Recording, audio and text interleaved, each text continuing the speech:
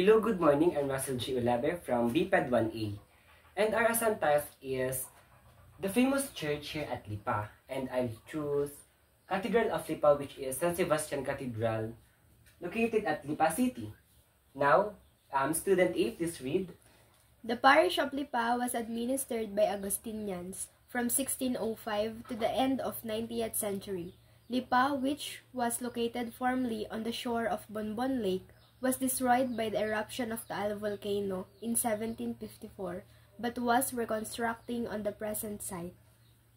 Yan. Ayon sa aming mga nakuhang datos sa San Sebastian Cathedral, ang Lipa City Church, which is the cathedral, ay ibinigay o ipinatupad ng mga Augustinians noong 1605. At ito ay natapos noong 19th century. Ang Lipa ay nakalocated sa Bonbon Lake, kung saan malapit sa Taal Volcano, kung kaya't noong nag-erupt ang Bulkan Taal noong 1754 ay nagkaroon ng bagong simbahan ang katedral na nakatayo ngayon sa kung saan siya nakatayo ngayon. Student B, please read again. This church was built under the supervision of the Rev. Benito Varas, DSA, parish priest from 1855 to 1894. The Diocese of Lipa was created by Pope Pius X on April 10, 1910. The Augustinians encouraged the extensive cultivation of cacao and coffee. Thank you, Student B. Diyan, nakikita natin kung saan muli nagsimula ang paggagawa ng simbahan. Ito ay sa pangunguna ni Rev. San Benito Vergas, DCA, parish priest mula noong 1855 hanggang 1894. Doon makikita natin kung gaano katagal itinayo ang simbahang katedral.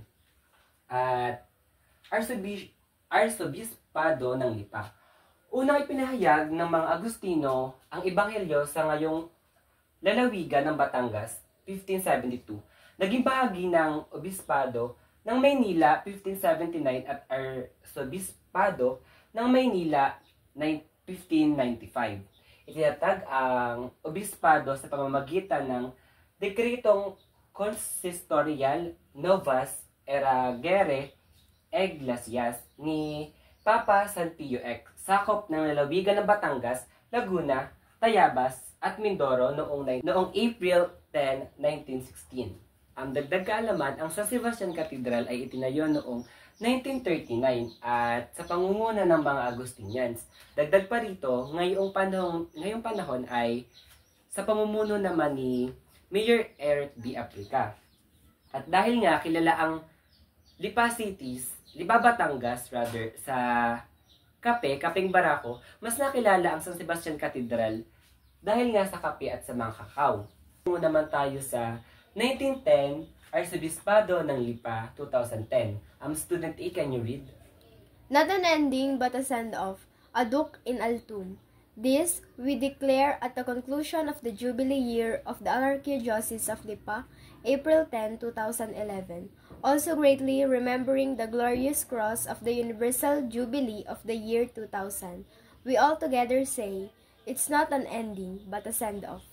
Thank you, Student A. Dagdag kaalaman, noong nakaraang buwan, September 22 to 29, 2024, nagkaroon ng Archdiocesan Catechetical Week. Ito ang litrato. At ngayon, dadako naman tayo sa mga paring nagmisa sa San Sebastian Cathedral or sa Cathedral ng Lipa mula taong 1900s. At ang kauna-unahang nagmisa ay si Father Angel Ilagan noong March 19, 1900s hanggang Mayo 26, 1927. At sinundan naman siya ni Father Alfredo Abiar mula noong May 18, 1927 hanggang May 14, 1944. At ang sunod sa kanya ay si Father Estaquio Daete mula noong May 12, 1945 hanggang June 30, 1945. Siya ang may pinakamaikling termino, samantalang si Father Angel Ilagan ang may pinakamahagang termino. Sinundan naman siya ni Domingo J. Labrea sa pamumuno mula noong sa pagmimisa noong June 10, 1944 hanggang May 12, 1945. Dagdag kaalaman, siya rin ang nagpatuloy noong June 30, 1945 hanggang May 22, 1951. At sinundan naman siya ni Gorgonio Encarnacion noong November 22, 1951 hanggang August 6, 1955. Sa madaling salita, siya ay nagbisa sa katedral ng 4 na taon. Sinundan naman siya ni Angel E. Glinoga noong August 6, 1955.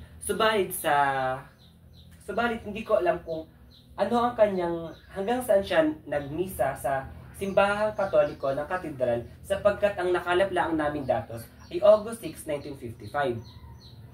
Sinundan naman siya ni Nicanor de Villa noong taong 1980 hanggang 1989. Sa madaling salita, siya ay nagmisa sa San Sebastian Cathedral ng 9 na taon. At